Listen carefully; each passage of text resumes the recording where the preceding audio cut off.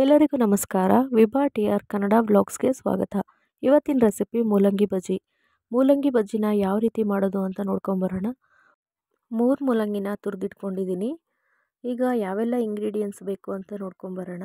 ಅರ್ಧ ನಿಂಬೆಹಣ್ಣಿನಷ್ಟು ಹುಣಸೆಹಣ್ಣು, ಸ್ವಲ್ಪ ಬೆಲ್ಲ, 1 ಸ್ಪೂನ್ ಹುರಿಗಡಲೆ, 1 ಸ್ಪೂನ್ ಕಡಲೆಬೀಜ, 4 ಸ್ಪೂನ್ ಕಾಯಿ ತುರಿ, 4 ಹಸಿಮೆಣಸಿನಕಾಯಿ, ಒಂದು 6 ರಿಂದ 7 ಎಸಳು ಬೆಳ್ಳುಳ್ಳಿ. ಈಗ ಇದನ್ನಿಷ್ಟನ್ನು ನೀಟಾಗಿ ಫ್ರೈ ಮಾಡ್ಕೊಳ್ಳೋಣ. ಮೊದಲು ಕಡಲೆಬೀಜನ ಸ್ವಲ್ಪ ನೀಟಾಗಿ ಫ್ರೈ ಮಾಡಿಟ್ಕೊಳ್ಳೋಣ. ಇದನ್ನು ಒಂದು ಪ್ಲೇಟಿಗೆ ಎತ್ತಿಟ್ಕೊಂಡು 1 ಸ್ಪೂನಷ್ಟು ಕಡಲೆನ ಇದೇ ರೀತಿ ನೀಟಾಗಿ ಫ್ರೈ ಮಾಡ್ಕೊತಾ ಇದ್ದೀನಿ. ಹಾಗೆ ಇದಕ್ಕೆ ಒಂದು 2 ಸ್ಪೂನಷ್ಟು ಆಯಿಲ್ ಹಾಕಿ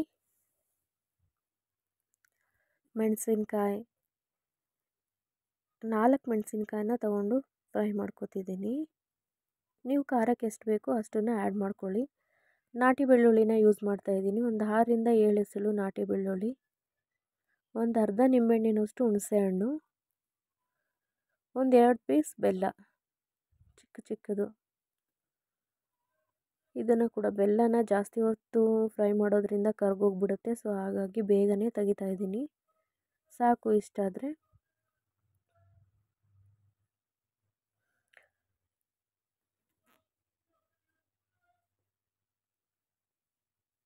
ಬೆಲ್ಲನ ಬೇಕಿದ್ರೆ ರುಬ್ಬೋಗ್ಬೇಕಾದ್ರೂ ಹಾಕೊಳ್ಳಿ.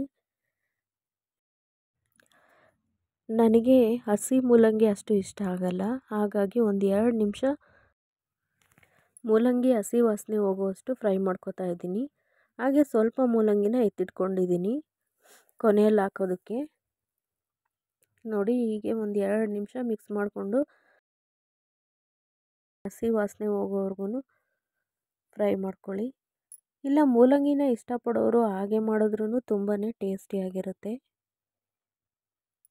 ಈಗ ಮೂಲಂಗಿನ ತಣ್ಣಗೆ ಹಾಕ್ಬಿಡೋಣ. ಇವಾಗ ಸ್ವಲ್ಪ ಖಾರಕ್ಕೆ ರೆಡಿ ಮಾಡ್ಕೊಳ್ಳೋಣ.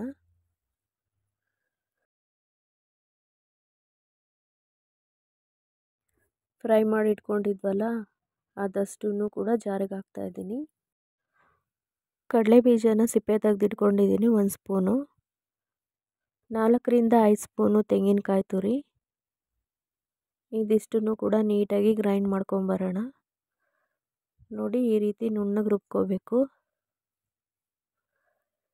ಈಗ ಫ್ರೈ ಮಾಡಿಟ್ಕೊಂಡಿದ್ವಲ್ಲ ಮೂಲಂಗಿ, ಅದನ್ನು ಕೂಡ ಒಂದು ರೌಂಡ್ ಆಡಿಸಿದ್ರೆ ಸಾಕು ಮಿಕ್ಸಿನಲ್ಲಿ.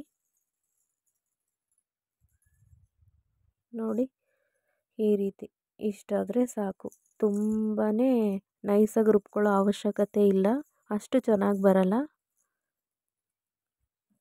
ಇವಾಗ ಒಗ್ಗರಣೆಗೆ ರೆಡಿ ಮಾಡ್ಕೊಂಬಿಡೋಣ. ಗ್ಯಾಸ್ ಆನ್ ಮಾಡಿ ಪಾತ್ರೆ ಇಟ್ಟು ಆ ಪಾತ್ರೆ ಬಿಸಿ ಆದಮೇಲೆ 2 ಸ್ಪೂನಷ್ಟು ಆಯಿಲ್ ಹಾಕೋಣ.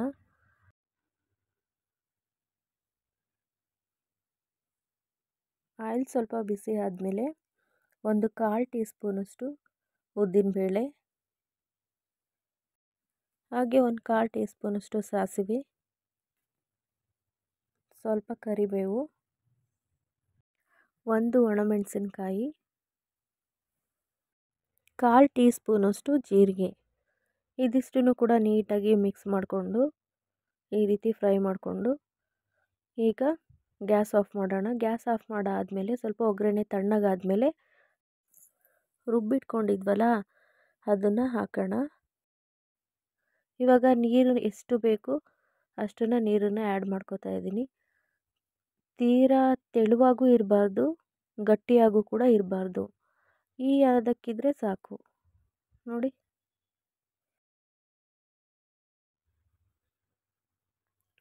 ಈಗ ತುರಿದಿಟ್ಕೊಂಡಿದ್ವಲ್ಲ, ಸ್ವಲ್ಪ ಉಳಿಸ್ಕೊಂಡಿದ್ವಲ್ಲ ಮೂಲಂಗಿನ, ಅದನ್ನು ಹಾಕ್ತಿದ್ದೀನಿ. ಒಂದು ಸಣ್ಣ ಈರುಳ್ಳಿ, ಒಂದು ಸ್ವಲ್ಪ ಕೊತ್ತಂಬರಿ ಸೊಪ್ಪು,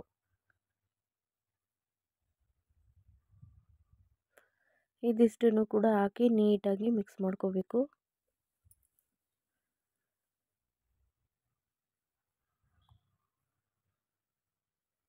ಈ ರೀತಿ ಮಿಕ್ಸ್ ಮಾಡ್ಕೊಂಡಿದ್ದಾದಮೇಲೆ ಒಂದು ಅರ್ಧ ಸ್ಪೂನಷ್ಟು ಉಪ್ಪು ಹಾಕ್ತಿದ್ದೀನಿ.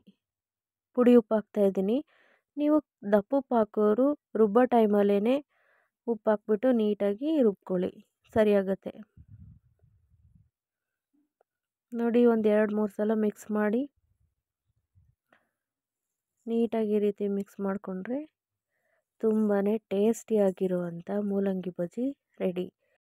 ಅನ್ನಕ್ಕೆ ಮುದ್ದೆಗಂತೂ ತುಂಬಾ ಚೆನ್ನಾಗಿರುತ್ತೆ. ಒಂದ್ಸಲ ಟ್ರೈ ಮಾಡಿ ನೋಡಿ. ಈ ರೆಸಿಪಿ ತುಂಬಾ ಇಷ್ಟ ಆಗುತ್ತೆ.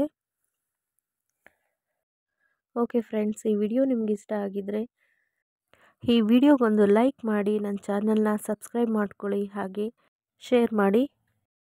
ಇದೇ ರೀತಿ ಯಾವಾಗಲೂ ಕೂಡ ನಿಮ್ಮ ಸಪೋರ್ಟ್ ಇರಲಿ. Thank you all.